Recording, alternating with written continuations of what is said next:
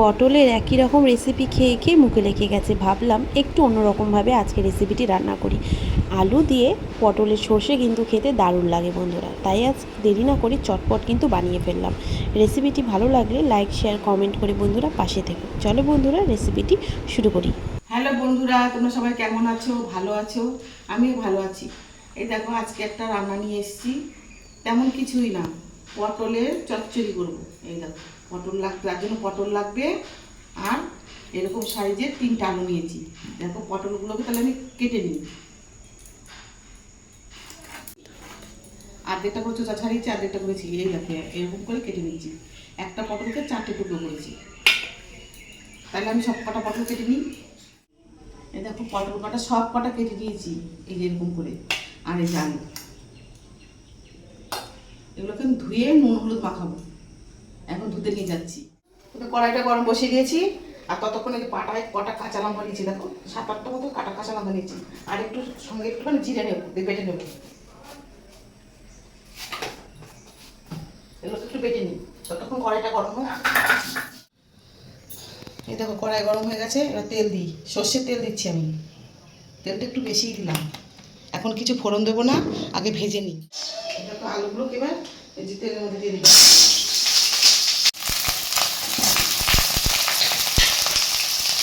তারপরে অল্প একটু নুন দিলাম, মানে একটু ভাজার জন্য। আর একটুখানি হলুদ দিলাম।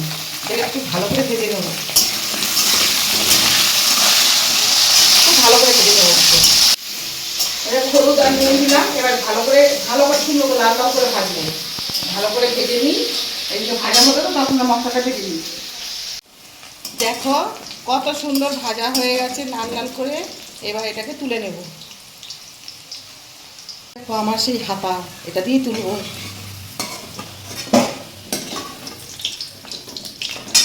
সুন্দর ভাজা হয়েছে না? ওই একইভাবে পটলগুলোকে ভেজে নেব।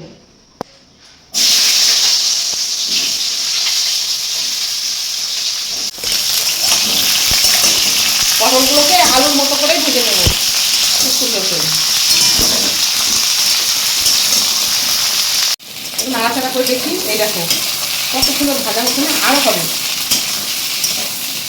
যতটা মানে পারবো ভেজে নেবো, নাহলে ভালো লাগে না। ভেজে নিলে পরে কাঁচা কাঁচা একটা গন্ধ আসে না। যত তুমি তেল মশলা দাও, তা পটলের একটা কেমন একটা ইয়ে আসে, যেন ভেজে নিচ্ছি ভালো করে। এই দেখো ভাজা হয়ে পটলগুলো একইভাবে ভাজা হয়ে গেছে এরকম। এবার আমি তুলে নেবো এগুলোকে, আবার তুলে নেব। আলুর সঙ্গে তুলে নিলাম, আলুর মধ্যে রাখলাম তুলে।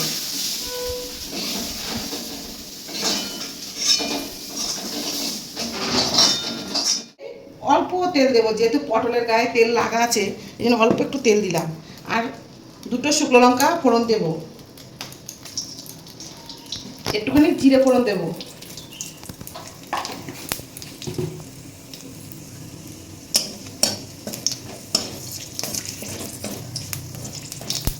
এই টমেটোটা কুচি করে কাটা আছে, এই টমেটোটা দেবো। একটু নুন দিয়ে দেবো, অল্প এক কেজি দিয়ে দিই।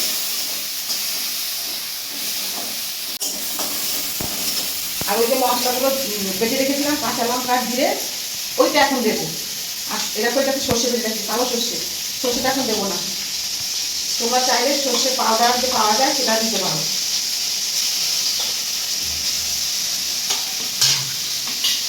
আবার একটু নাড়াচাড়া করে নেবো।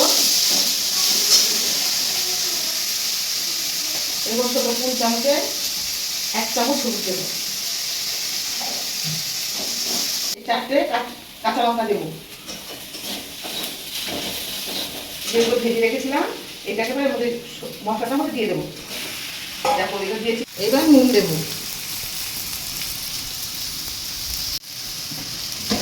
এটা একটু মশলার সাথে মিশিয়ে নিই ভালো করে।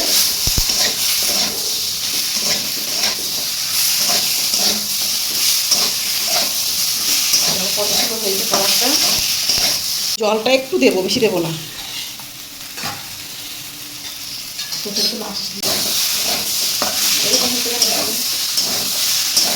দেখো ভালো করে মশলাটা মানে পটল আলুর সাথে মিশে গেছে। অল্প মশলা ধোয়া একটু জল দেবো।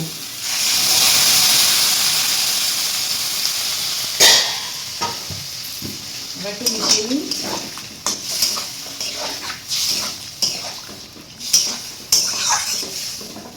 পুরো সেদ্ধই হয়ে গেছে, দেখো দেখো সেদ্ধ হয়ে গেছে। এবার সর্ষে বেটে রেখেছি, এটাকে জল দিয়ে মেশাবো, অল্প জল দিয়ে মিশিয়ে নেব, তাহলে ভালো হবে।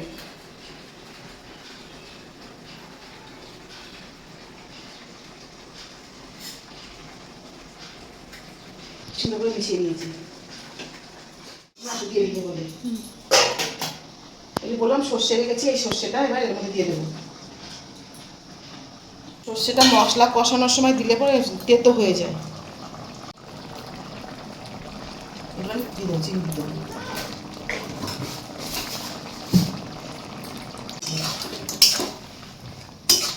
দেখো কত সুন্দর হয়েছে না গ্রেভিটা। কিন্তু এতটা রাখবো না, আর একটু শুকাবে, আর একটুখানি হবে। দেখো তরকারিটা হয়ে গেছে, কত সুন্দর হয়েছে না। এবার নামিয়ে নেব এটাকে। এবার নামিয়ে নেব। রেসিপিটি কেমন হয়েছে কমেন্ট করে জানিও বন্ধুরা। ভালো লাগলে লাইক শেয়ার কমেন্ট করে পাশে থেকো। টাটা বন্ধুরা, আবারও চলে আসবো অন্য কোনো রান্নার সঙ্গে খুব তাড়াতাড়ি। তোমরা সবাই খুব ভালো থেকো।